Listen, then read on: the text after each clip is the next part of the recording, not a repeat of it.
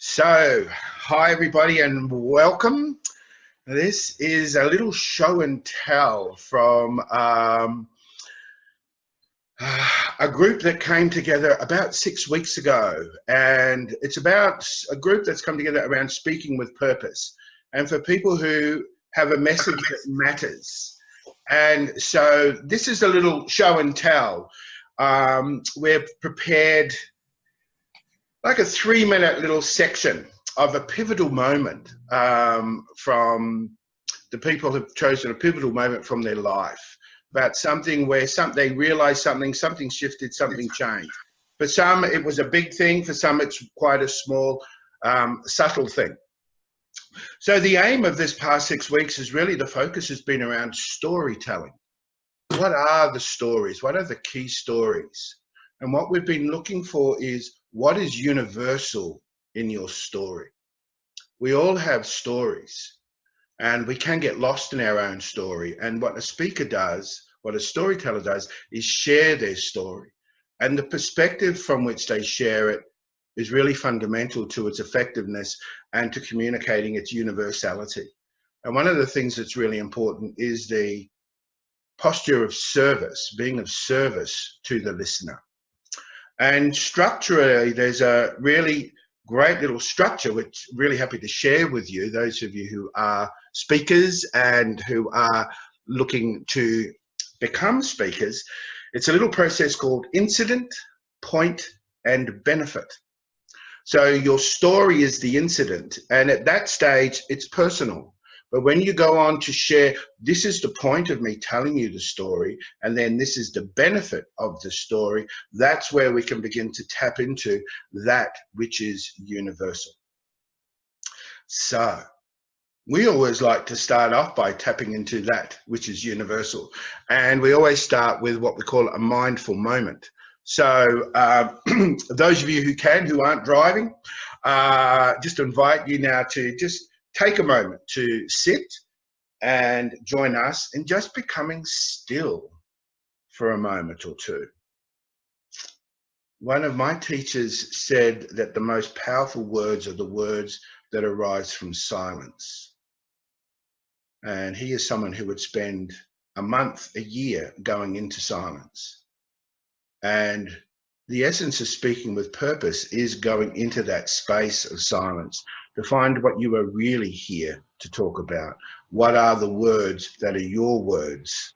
What is the message that's important to you? So we like to start by just having a moment or two. So just as I said, I invite you to pause, take a seat. Have a nice deep breath in and let it out. And once again, a nice deep breath all the way in. Breathe in deep.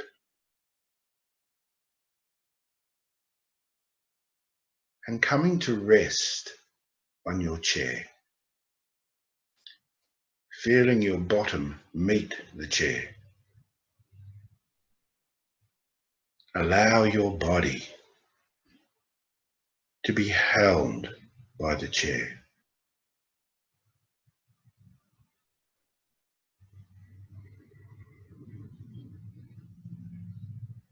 Feel the micro muscles let go.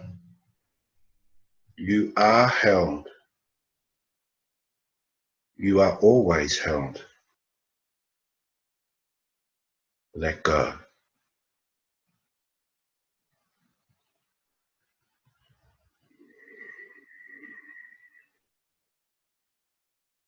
Feel your feet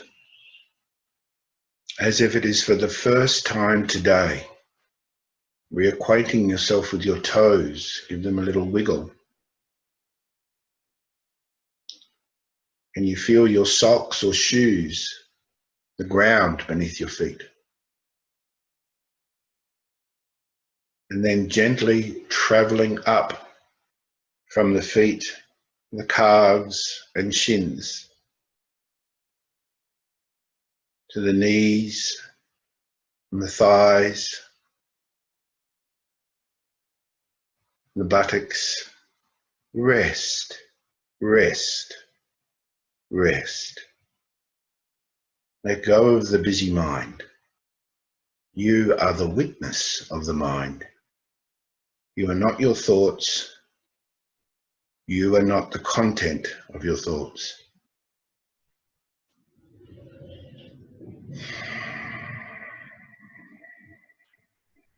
And gently allowing your spine to elongate and lengthen, as if your head is a balloon, gently, ever so gently drifting upwards, and your spine trails like a string beneath. Allowing your shoulders to drop, hands to rest in your lap, face soft, breath easy.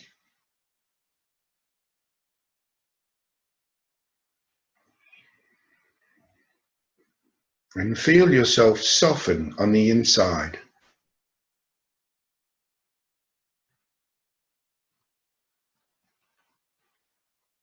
Turn homeward. Be drawn to the home within you.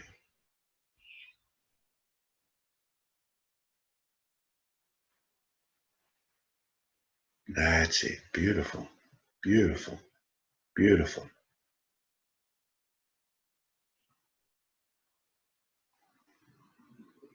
And now just very gently allowing your breath to deepen, ever so gently. Stay connected to the breath. Feeling the body waken up in a whole new and soft way. And when you're ready, gently opening your eyes. And for those of you who are on camera, just take in the gorgeous faces of the people who you are here with. There's Jamie picking his ear. That's a nice start to the day. Lovely to see you, Jamie. I was just thinking about you before you popped on. It's great to see you. Thanks for being here. So just spend a moment with these gorgeous, beautiful faces. Some of you, the faces might be new. Jamie might be new to you. But your fellow friends, classmates, buddies, very cool. So for those of you who are joining us, Anne, Kendra, Sue, Carly, Sam, Sky and Jamie, a really special welcome to you. And I just want to invite you into a sacred space. This is a space that we've opened up now for the last 6 weeks or so. And we've been diving very deep into a range and a variety of stories. And we're now going to share them. They'll be around 3 minutes or so each. There's a whole range of experience of speaking on the call. This is not about doing a good presentation. This is not about getting it right. I always work with the notion that there's no such thing as a mistake. And that whatever happens is just what happens. There's no mistake. It's something that I learned back in my days as an actor, that when you're on stage, you're just there. What are you going to do? You know, I've seen people miss large chunks of plays out and stop and tell the audience they've done that and go back in and pick it up again. So there is no such thing as a mistake. Now, the people who you'll be hearing from, I won't be doing like a lengthy introduction, just mainly because these are work in progress, and I want to keep the focus on the story rather than who's delivering it. But let me tell you, there are exceptional business people, entrepreneurs, authors, chefs, horse trainers, coaches, PhDs, teachers, masters, public speakers, authors, you name it. It's an exceptional group of human beings, and I have felt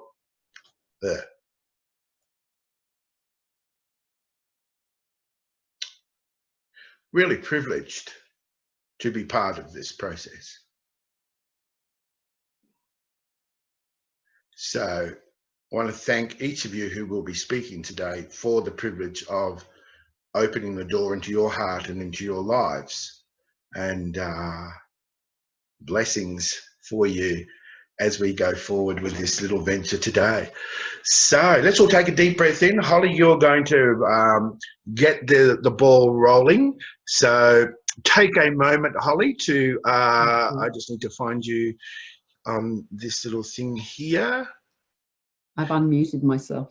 Oh, that's really handy, Holly. Okay, so take a nice deep breath in, and when you're ready.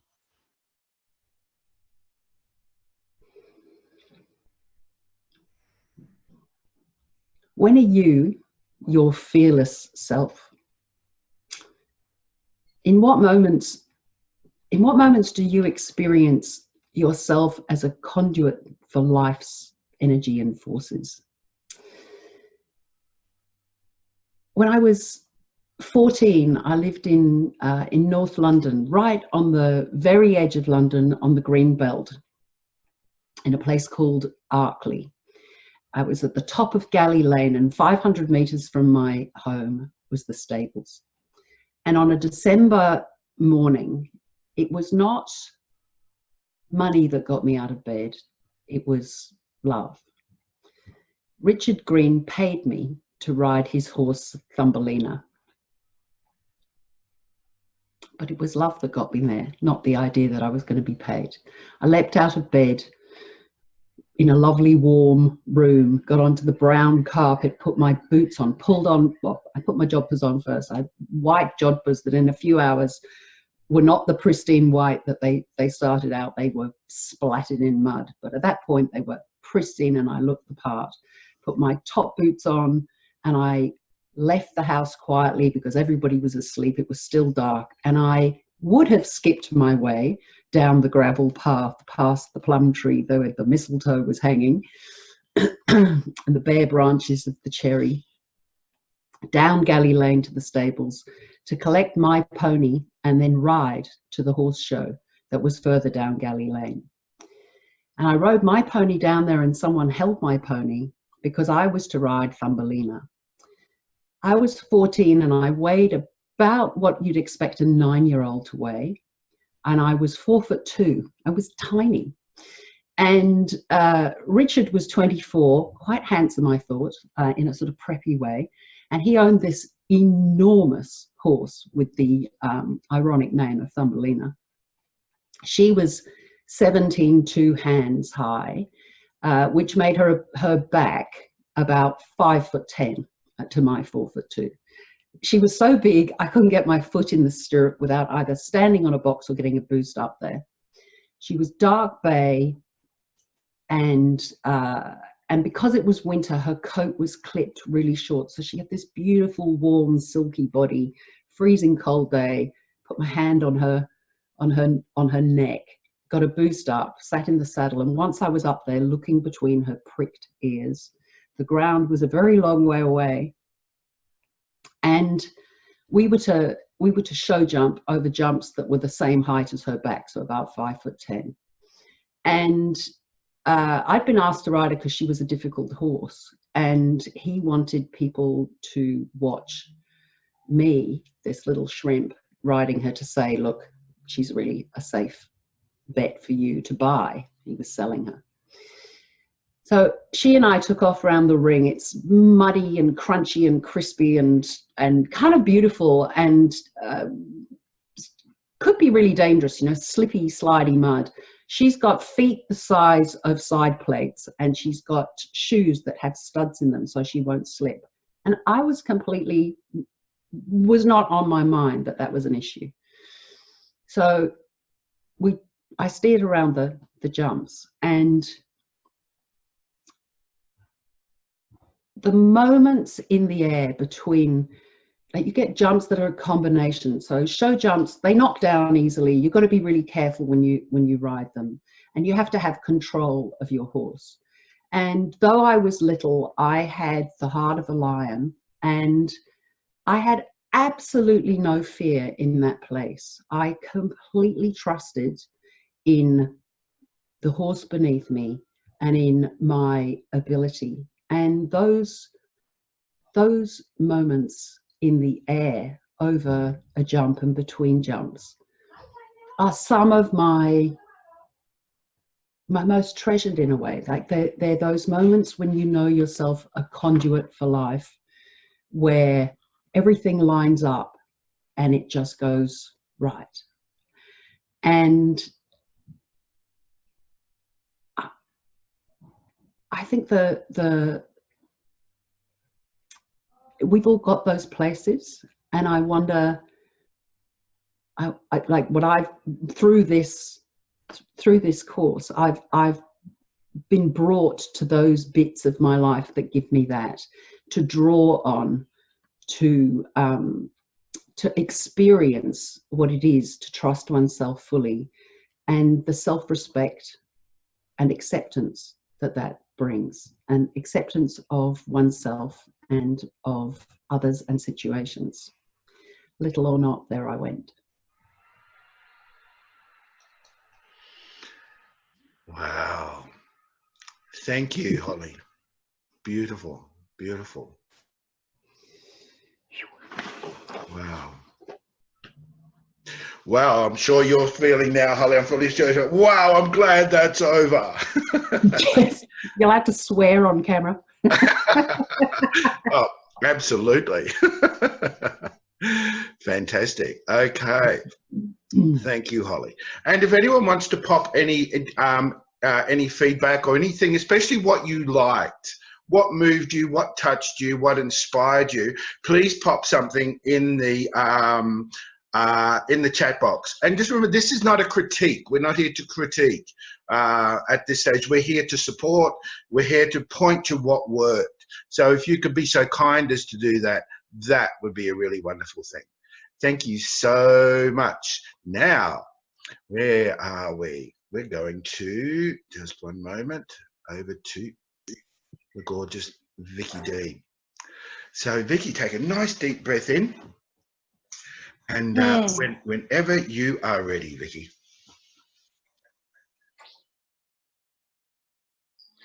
I knew from a very early age that I was destined for a life of adventure.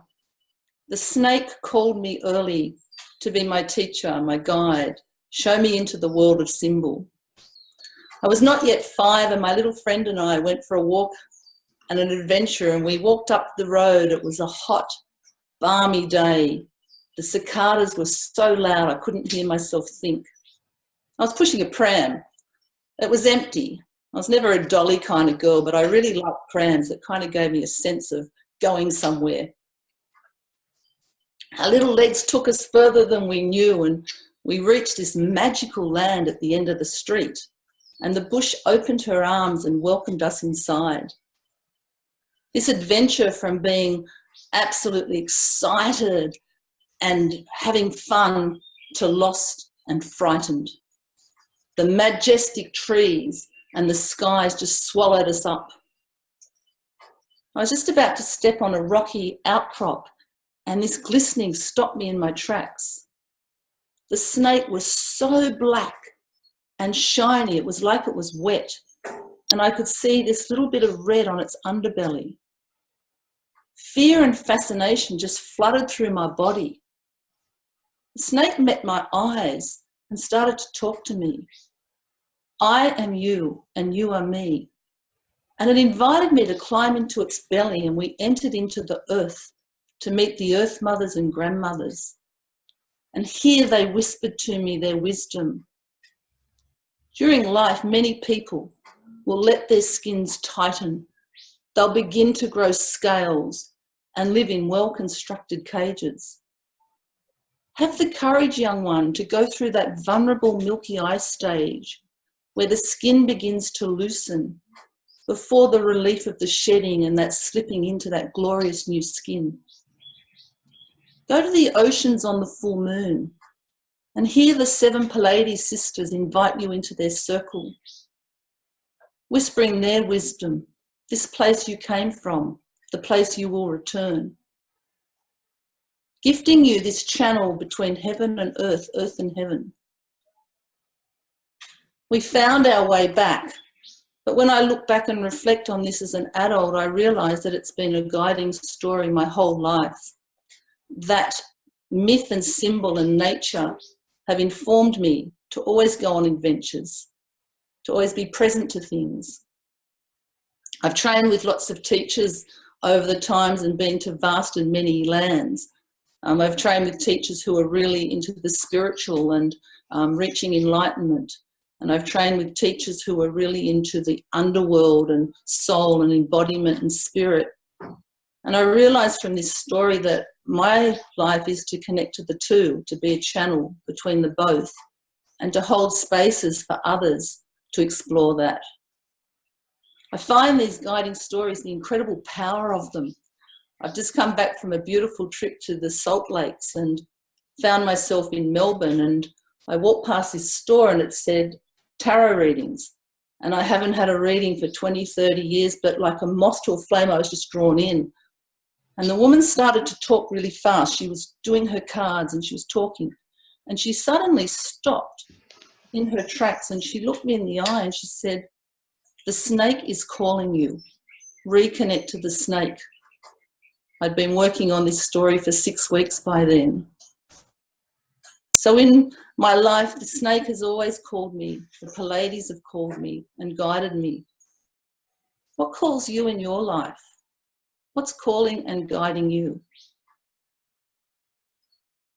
Thank you. Wow. So let's spend a moment with Vicky's question. What is calling you?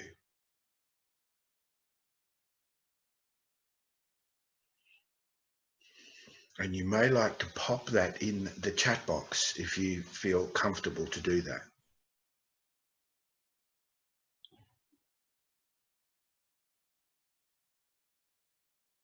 Wow, Vicky, I tell you what, man, that blew me away. That was so good. That was just so good. Well done. Well done. Woo-hoo.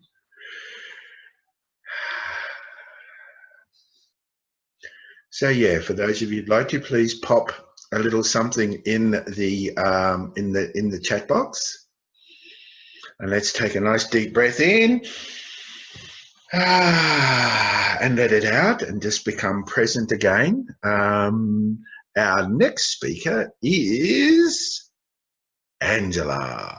So Angela, just give me a moment, and I will get you on the technological center stage. Hang on. Here we are. Okay, so take a nice deep breath in, Angela. Soften around your eyes. Know that you are really, really, really well loved. And whenever you're ready.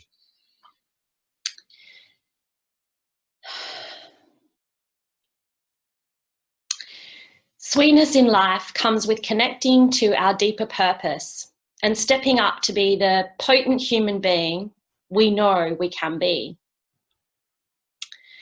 To stay persistent in the face of adversity. As a breakdancer, I always liked a challenge. So, of course, when I was 7 months pregnant and I was challenged by my Year 9 dance class to do a headstand, I jumped at the chance. When both my sons were born, I was on my own, and I continued to raise them by myself without any fathers in the picture.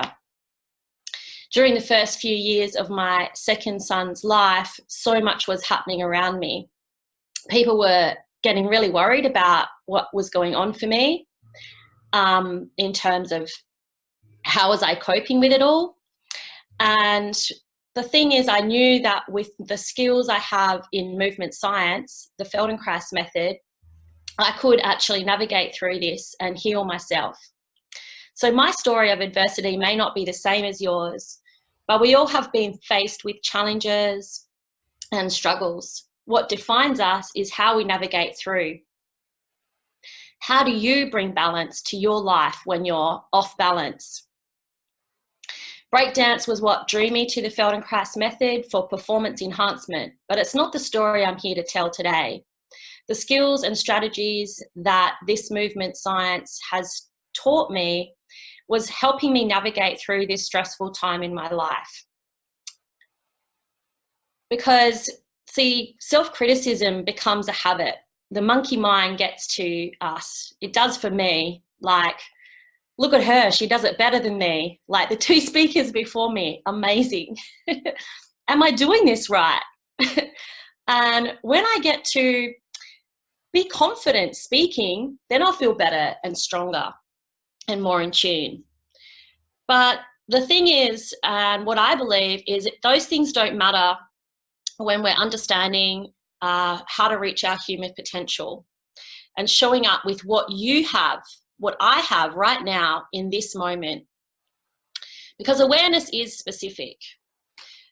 The Feldenkrais method shows us how we hold ourselves, reflects our self-image, how to transform ourselves by finding a way to move best, helps us become closer to our human potential. We all have the capacity to move more effortlessly and efficiently in how we move and also how we think. What connects us all is the nervous system. So I invite you now to take a moment to feel your connection to the earth. Feel your jaw. How tense do you feel in your jaw? Just let it go. How tense do you feel in your shoulders? Let that go. And connect to your breath. There's no need to change anything. Just notice. Did you change something when I did mention those areas? See, movement is a key. Movement is specific and intentional. Thank you. And once again, let's just stay in that space.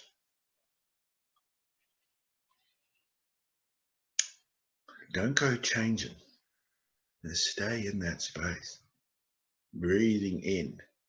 Movement is intentional.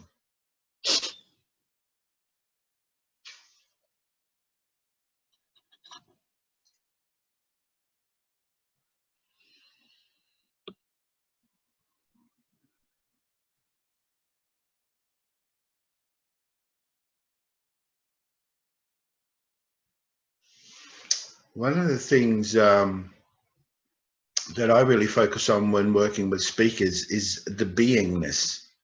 It's what's your silent message? What are you saying before, or what are you emanating before you even open your mouth? That words are intentional. And to find that place that Angela talked about, that still place, that silent place, where we're not overlaying anything, so that it's a pure expression, that we can connect with what our pure intention is. Thank you, Angela. It was well done, really well done. Thank you so much. Okay. We are now, oops. Sorry, my little mouse has decided to play up. Here we go. No, we're back. Here we have the wondrous Mr. Robert Boyle. So, Robert, right, you take a nice deep breath in, everybody. Take a nice deep breath in. Freshen your inner palate. Become present to this moment, to this person. And whenever you're ready, Robert. There are times to be still and times to move. I was living in Sydney and lived there most of my life and established myself there. And I got a bit of a nudge, an opportunity really, that came from a place that I can't really explain, but it led me down the south coast. And so down the south coast I went with my partner at the time, my beautiful daughter, and began to establish myself down just outside of Nowra, a little place called Tomarong, 5 acres. We're able to purchase through a bequeathment from my grandmother. And on the 5 acres, I built a house and cleared some land there and began to establish myself. And finally I had quite a substantial income. I had the house there, loving partner, beautiful child, and cars, all the sort of trappings that I've been setting myself up for, I thought, all my life. And then one morning I woke up and something inside kind of felt empty.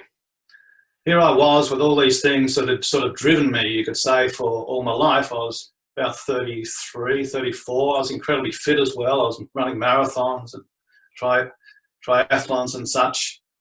And none of it seemed to mean anything to me anymore. I was kind of really adrift. What is this? What is this life I've built here?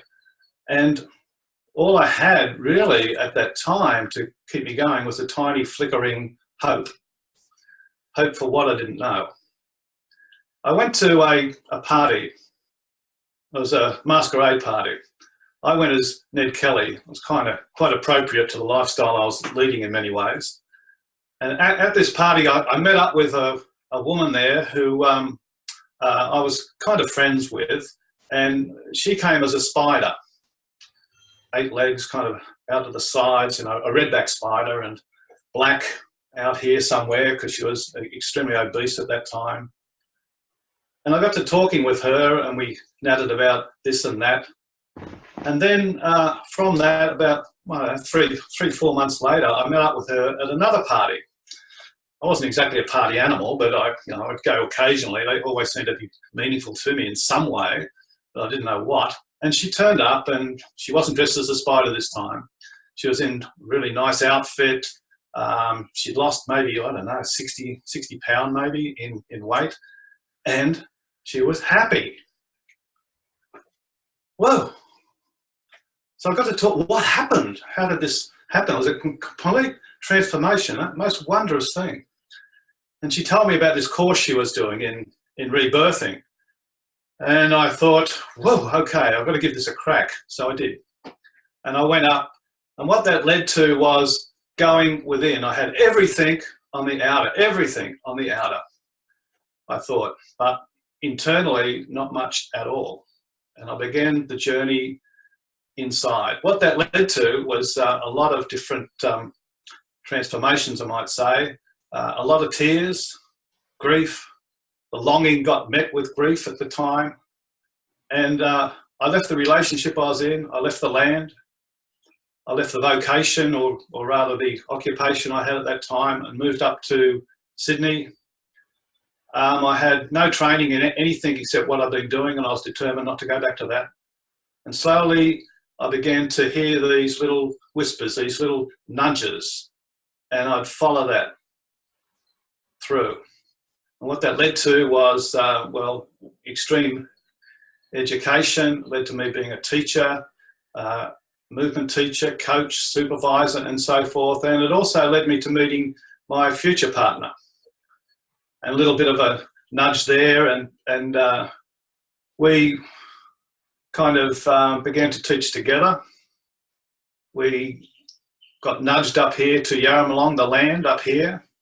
And what I've found up here on the land is and the earth is the greatest teacher. The creatures are the greatest teachers. They will mirror back to me elements of myself that I can incorporate to liberate myself, but also to expand myself.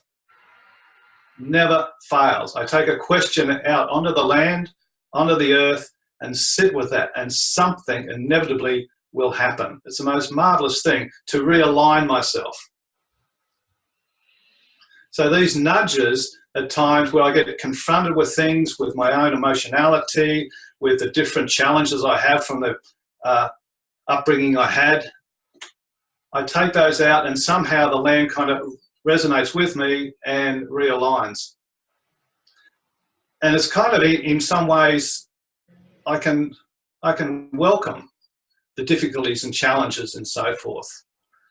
And admittedly, it's a bit of a white knuckle hanging on at times as well, clinging on to what has been. But the land, the weather, the creatures here on the land have been incredibly healing to me. Listening very deeply to those nudges of the soul that brought me through all this to the place I'm at now has been the most marvelous thing. So I kind of say to the people that I engage with now, teach, supervise, guide, and so forth, to, in a sense, really love or embrace those things that are challenging. They are opportunities, they're doorways, they're thresholds to possibly the life that's awaiting you. Thank you.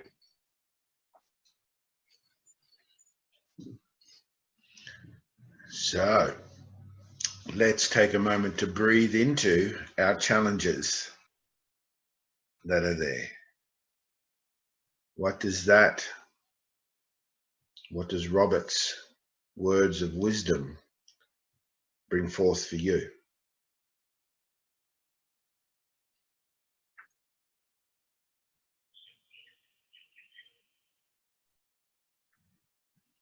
And just notice with each of these short presentations, something shifts inside you, something opens up. There's an opportunity, a possibility within each one of these. There's a little gem there for you. And it's really important to grab that gem, just not to let it slide by. So whatever it might be, take a note of it. You know, if you like, pop a little comment in the chat box. But just honor whatever has been gifted to you. Thank you. And we are now going to Kirsty. So Kirsty, take a nice deep breath in, everybody, as we welcome Kirsty. And it's over to you, Kirsty.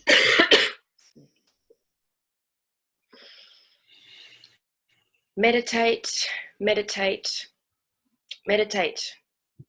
I should meditate.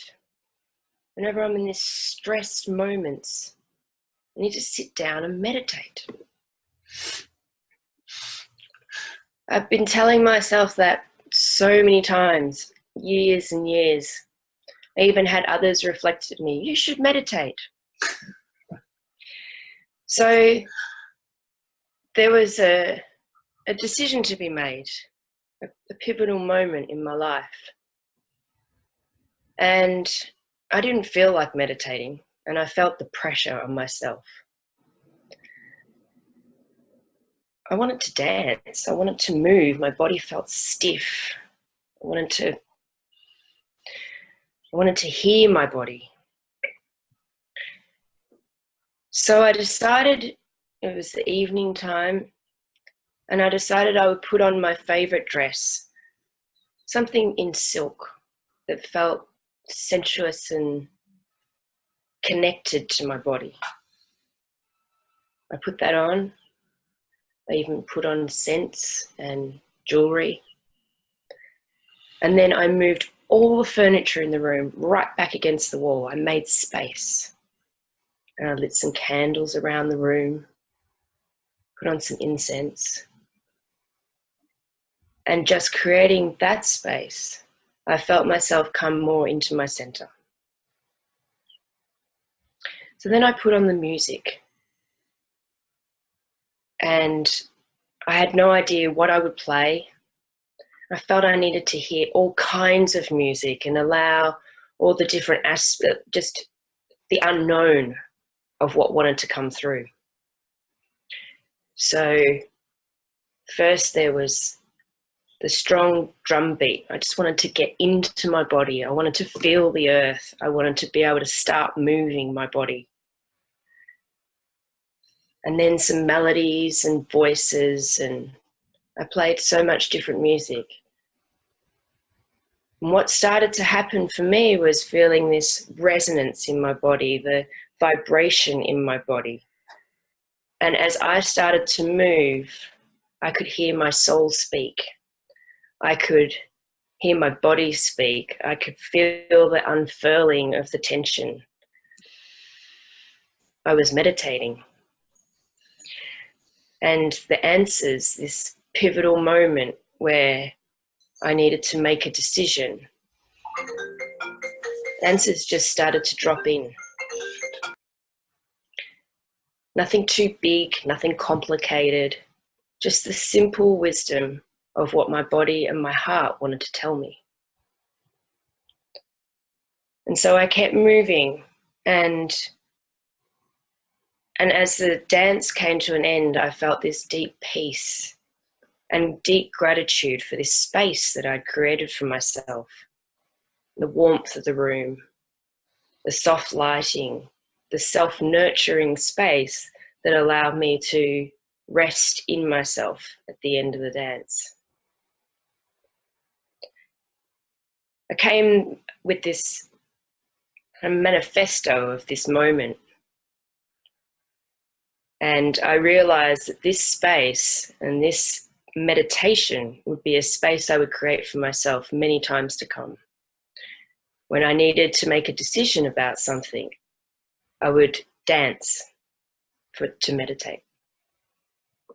And this manifesto was this: in a single moment, you reach your edge. You center your energy and you stand in your power. Breathe and just be.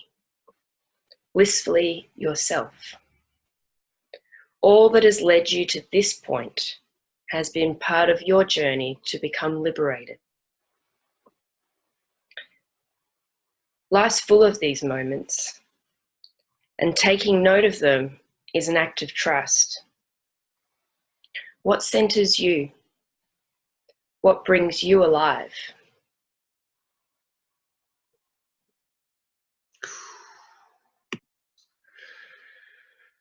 Wow.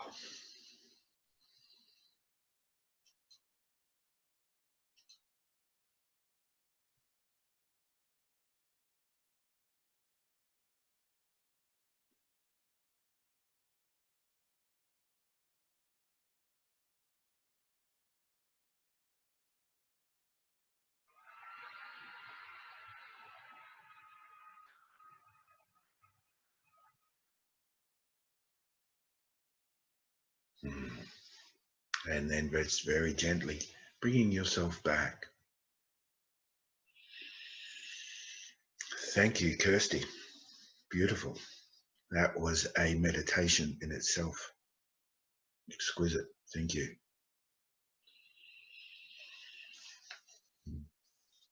I could see your buddy beaming. Go, girl. That's my girl. That's my girl.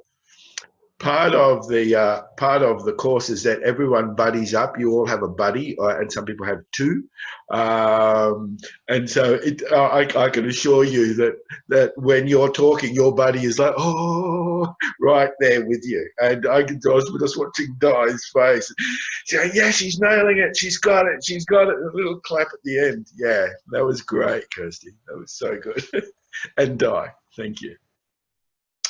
Okay, everyone take a nice deep breath in again. The breath just like cleanses the palate and prepares us, lays the ground for the next person.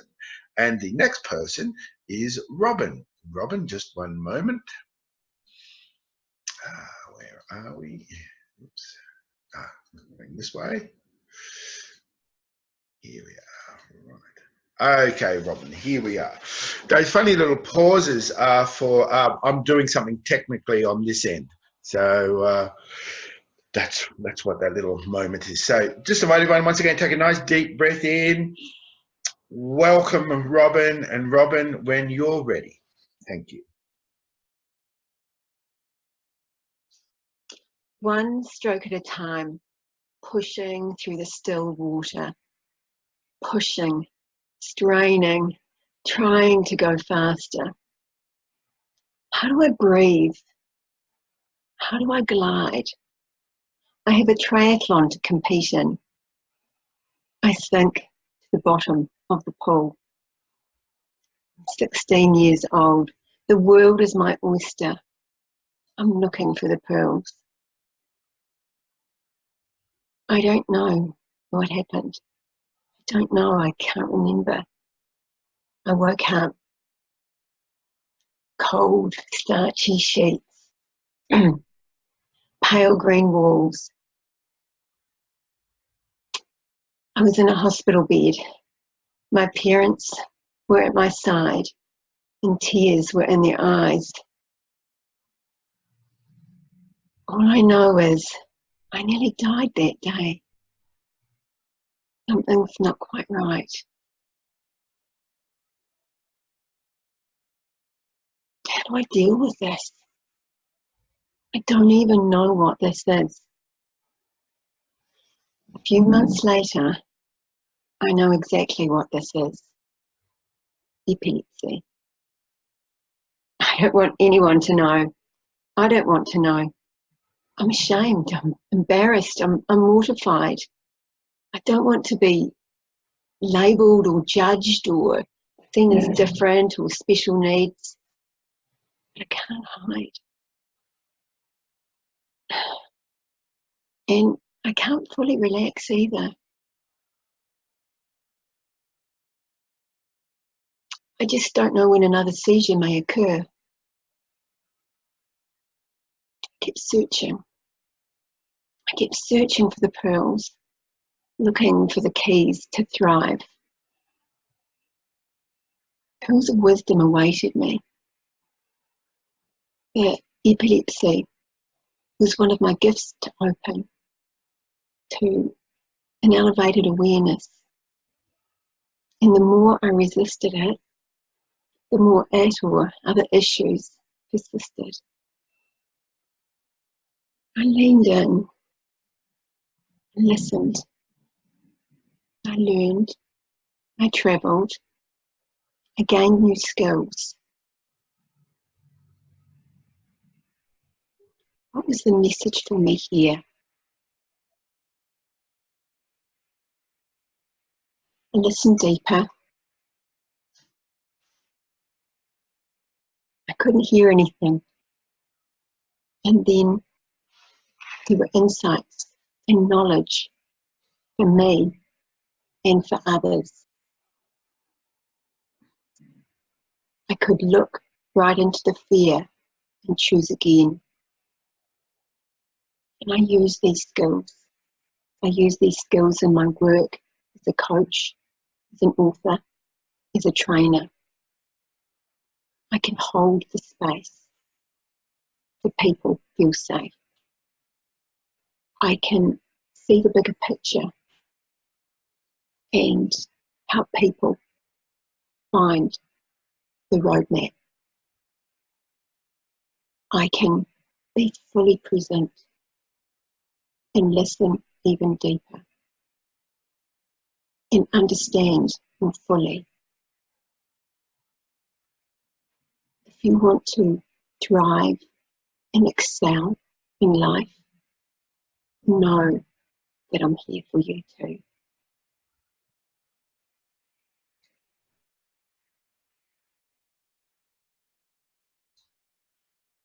Thank you.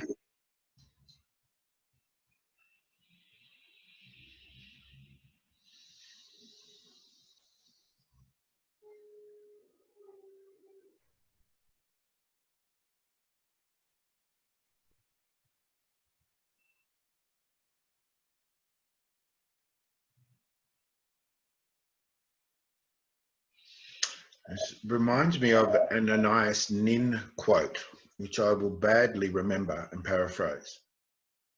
And she's talking about friends, and that with each friend comes a whole new landscape. A landscape is laid out before us that prior to their arrival did not exist in our world. And I'm just struck by each of these short snippets, these pivotal moments. You're presencing a landscape for us to travel on with you. And just wanted to say thank you for that. There's gems and gold in what everyone is saying. You know, they're really well wrought, well contemplated. And that is the value. That is when our story becomes universal, when we all have our trials, we all have things that we deal with, and how we deal with them. And the act of dealing with them and then sharing is an extraordinary, exquisite legacy. And this is the power of speaking, and it's the value of a speaker, and it's the value of storytelling. So, yeah. And might I, at this stage, offer a half-hearted apology It's half-hearted because I said it was going to be 45 minutes, and then you, the invited guest, would be set free. You are now our prisoner, and for another couple. So we've gone over the 45 minutes by a long shot. I apologise for that. And I understand that if, due to time commitments, if any of you need to slip away, but we do have a couple of doozies coming up, so please stay. Okay, so we have Lisa. You're now happily ensconced. Let me find you on my little techno thing here, and whoops. Here you are. Oh, you've had another location change. You were inside, now you're outside. That's right.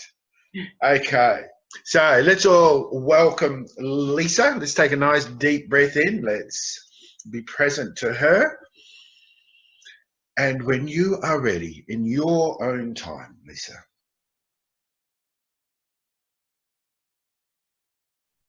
I want to be the best version of myself, and animals help me to do that. A couple weeks ago, I was sitting in a cafe, and it was in the middle of nowhere, and it was cold, and it was black and gray, and we were the only ones sitting in this room of just empty metal tables and chairs.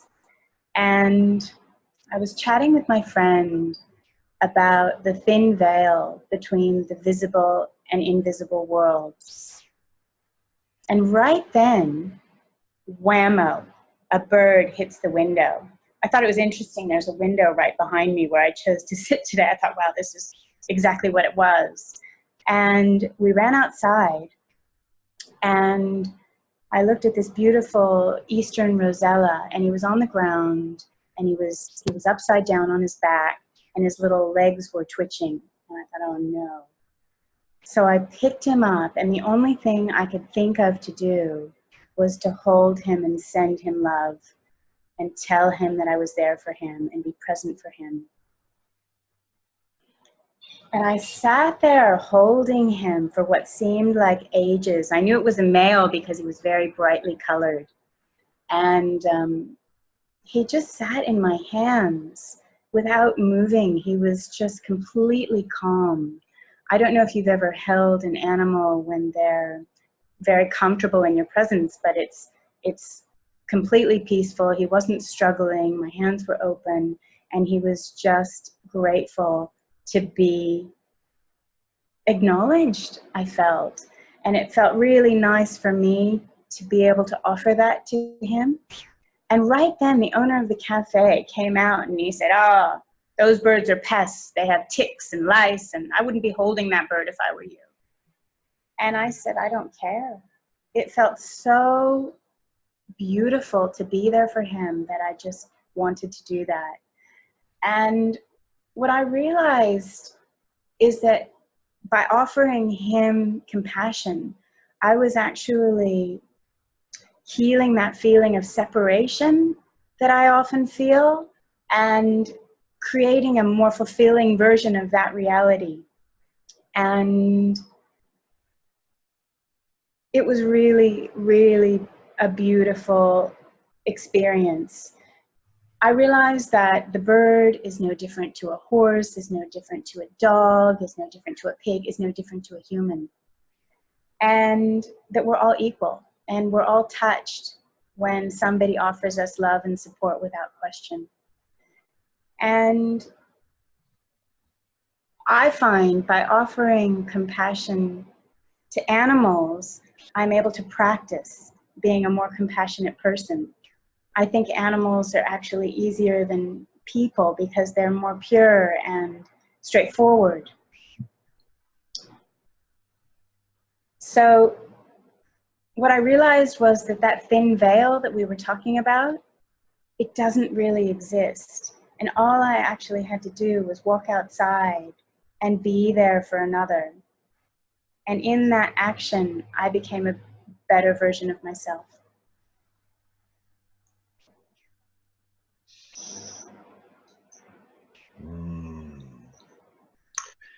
Thank you, Lisa.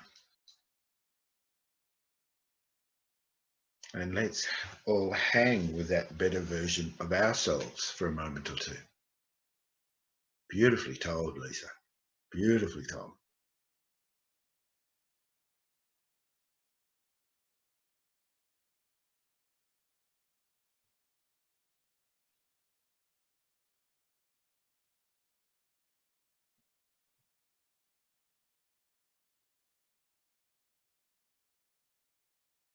You know, as a speaker,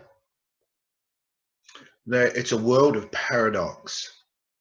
That it's actually in the silence that our best words come to us. And it's in the pauses that our meaning is carried. And it's in the pauses that the meaning is made. And the art of the speaker and the science of the speaker is really around directing people's awareness. What is it that you are making important? Where are you directing the consciousness of the listener? And that's one of the things that we've been working on, is that just as Angela spoke about, movement is intentional. We start off with, what's your intention? What do you want the audience to feel? What do you want them to know? What do you want them to do as a result of listening to you? What's the incident? What's the point of the incident? And what's the benefit of your story to others? And then the other element that we worked with was around detail. You know, rather than, oh, I lived on a street, you know, or I lived in a house.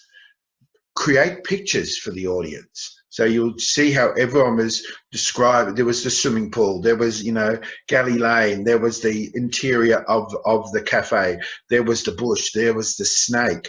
You know, all of those things about, and there was the red silky dress, and using language that is both evocative and imaginative.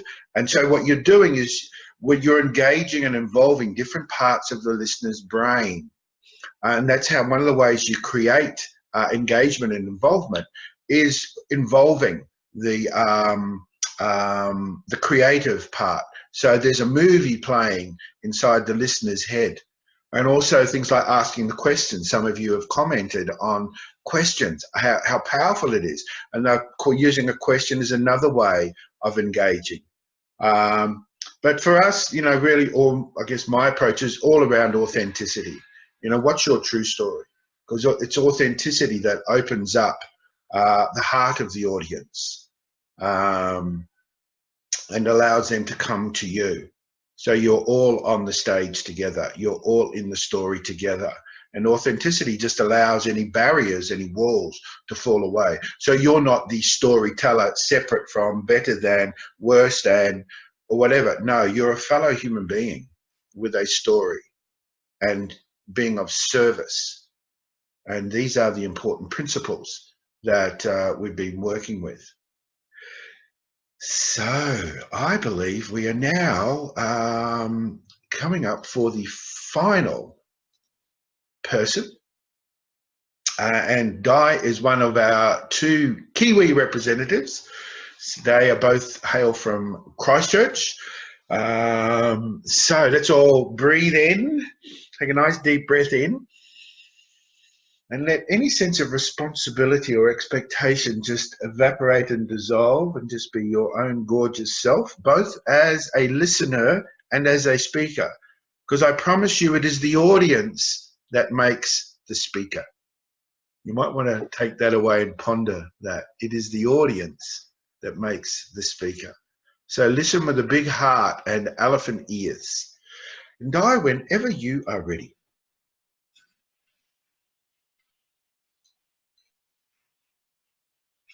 The sun was beaming in and soaking my feet. And with every fibre of my being, I wanted all its sunshine. My bone china teacup was sitting next to me, and the dregs of my green tea were sitting in the bottom. It was 11:15, and I was thinking about lunch. I was also trying not to think about the shadow that was over my right shoulder. The shadow had come with me, or had arrived to travel with me on the day that I had gone to oncology. It had entered my surroundings when this funny little oncology man had informed me that, in his humble opinion, I had 365 days left on this earth. And ever since that day, my dark shadow had come with me. And I'd done everything I could for the last 4 weeks to pretend that it wasn't there. But as the sun soaked on my feet, it was like poking at me to acknowledge it. I did everything I could to pretend it wasn't there, but it kept poking. You see, I hadn't had, since that day in oncology, I just craved time on my own. I just wanted my own space, my own time. I didn't want something poking me. And I had it. Today I decided that I wasn't going to work. I just wanted to sit with the sun on my feet and just take it in, take the sunshine in. So when my feet were taking in the sunshine, my shadow over my right shoulder was poking me. And in the end, I gave up. And I turned very gently to my right and I said,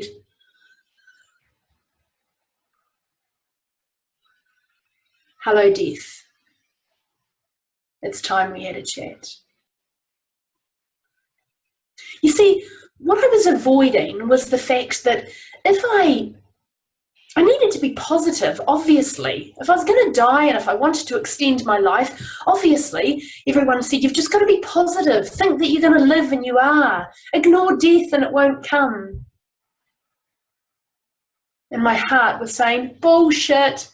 That is the biggest load of shit I've ever heard. Ignoring something is not going to make it go away. So finally, I had my chat with death. And in that moment, I thought that I was really afraid of death. I thought that I was really afraid that if I faced it and I met with it and if I breathed in the same air as death, if we looked into each other's eyes, then it would consume me in a matter of a millisecond. But it didn't. It was gentle. It was gentle and it understood that I was afraid of it. And it was like the warmest of hugs. And I knew in that moment that I had nothing to be afraid of. I knew in that moment that one day I will welcome it with open arms into my day, into my life, and into the moment that I meant to die.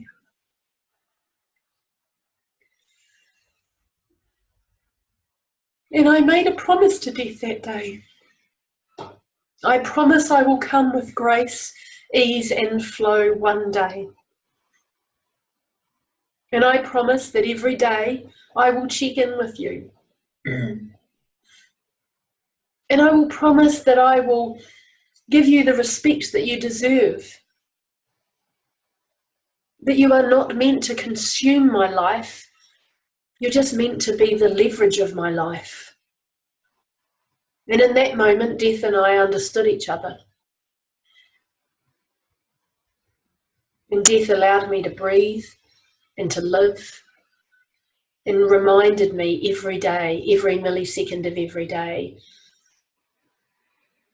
that my job is to live and not to live in fear of death, but to live with the leverage of knowing that I am going to die and one day I won't have the joy of waking up and my feet being on the ground today.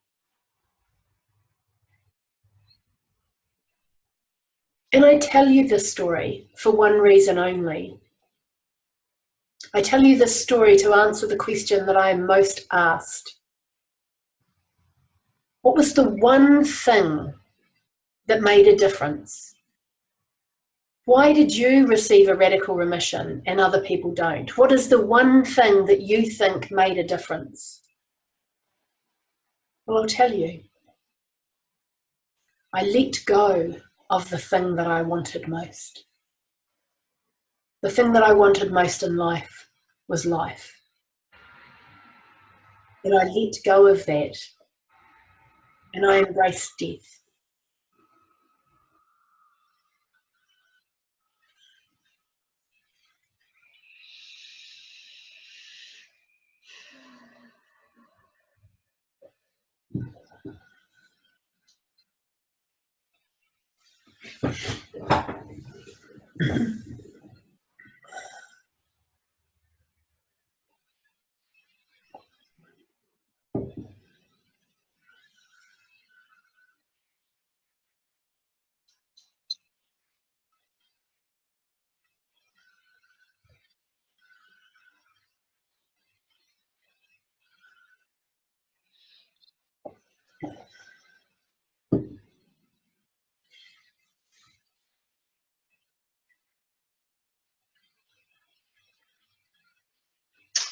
Thank you.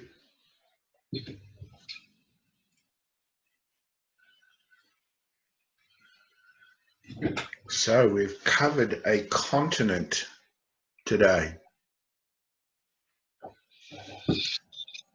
Thank you to each of the speakers for your wonderful stories, so openly and honestly shared.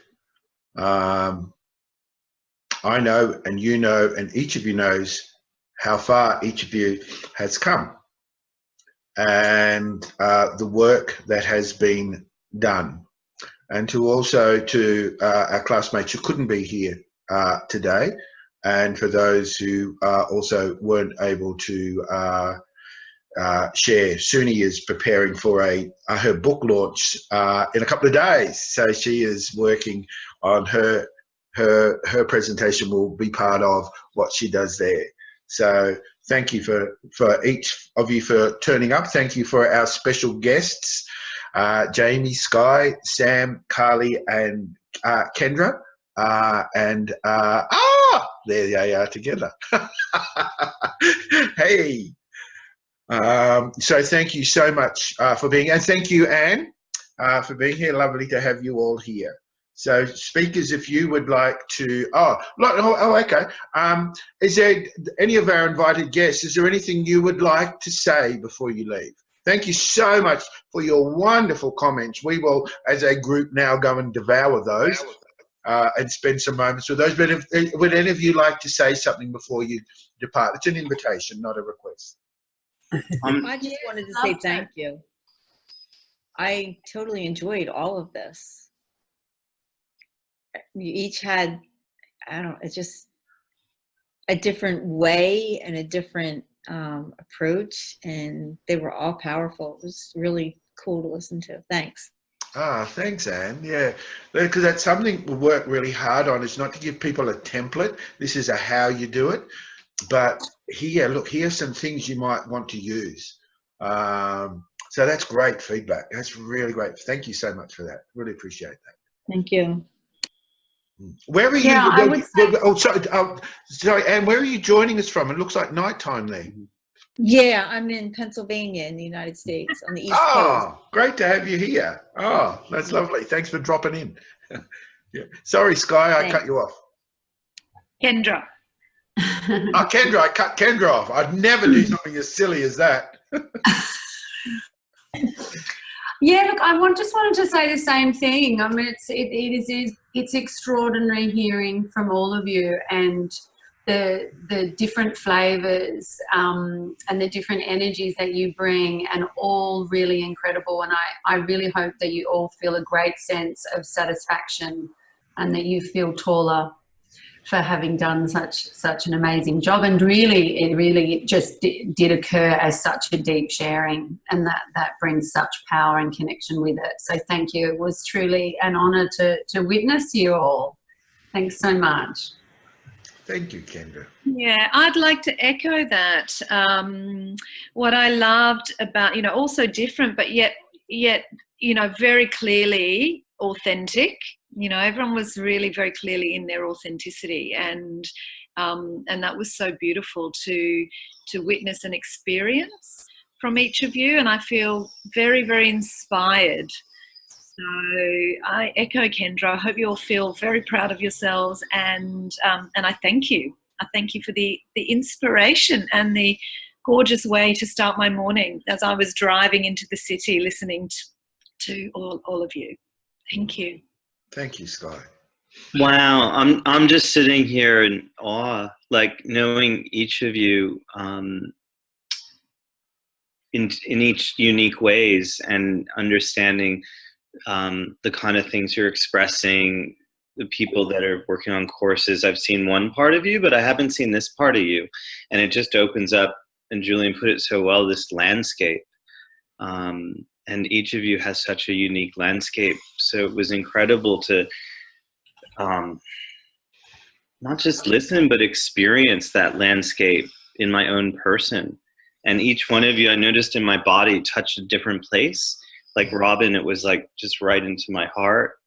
And wow, I'm a little bit speechless, but it was really moving. And also I'd been chatting with Vicky and Robert the past few days, and Robert last night, and it just expanded everything we were talking about. And I just found each story personally valuable. Like, it really moved me and was really healing this morning. So thanks, everyone. Thank you, Jamie. Thank you. I'd, Jules, also like to thank everyone so much. It revealed the power to me of being able to communicate so much about yourself and so much about something that's important to you in such a short period of time. And I've felt my heart throughout the hour, over an hour we've been together, just drop. Like, I feel like I've caught so much from you all in such a short period of time. So I think for me to reflect back is never underestimate the power of something meaningful and concise and simple, because it's such a gift to the listener. And I just feel like I've received so much. So thank you to everyone that's shared, for your honesty and vulnerability and truth. It's been beautiful. Thanks, Sam.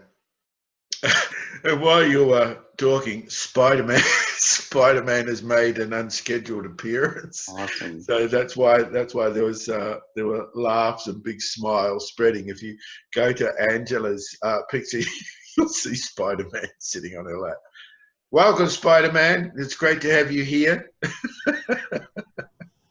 Thank you. From our guest, wonderful job, Julian. Yeah. Fantastic. Oh, thank you. Thanks, Jamie. Yeah. Oh, look, it's been an amazing journey, and just seeing where the story started and how they were so incredibly and eloquently delivered today, and being part of people's journeys and concerns, and then today was just extraordinary. It was really amazing. Yeah, like to a T, every single one of them. I just have to say, like, your delivery was extraordinary. That was the thing. I was just so impressed. I was like, I can't believe no one's reading this off there. That, like, you just delivered it into the camera, the full stream of yourself, the poetry, the projection, the voice, the tone, the pace, the tempo. I mean, all of them were gorgeous. So yeah, well done, Julian. Thank you. Thank you, Sky. Thank you. Woo! Cool bananas. Okie dokie. So once again, to our really gorgeous guests, thank you. That's such beautiful feedback, and I know that has gone into a group of very hungry hearts, and that will be digested over the next few days, because the anxiety and the nerves of a speaker are really real, and to have such beautiful feedback, so eloquently delivered, is an incredible gift. So really, really grateful. Thank you so much. And so let's all wave farewell to our guests, and we'll see you next time. So speakers, please stay on board, and we'll have a little natter. Great.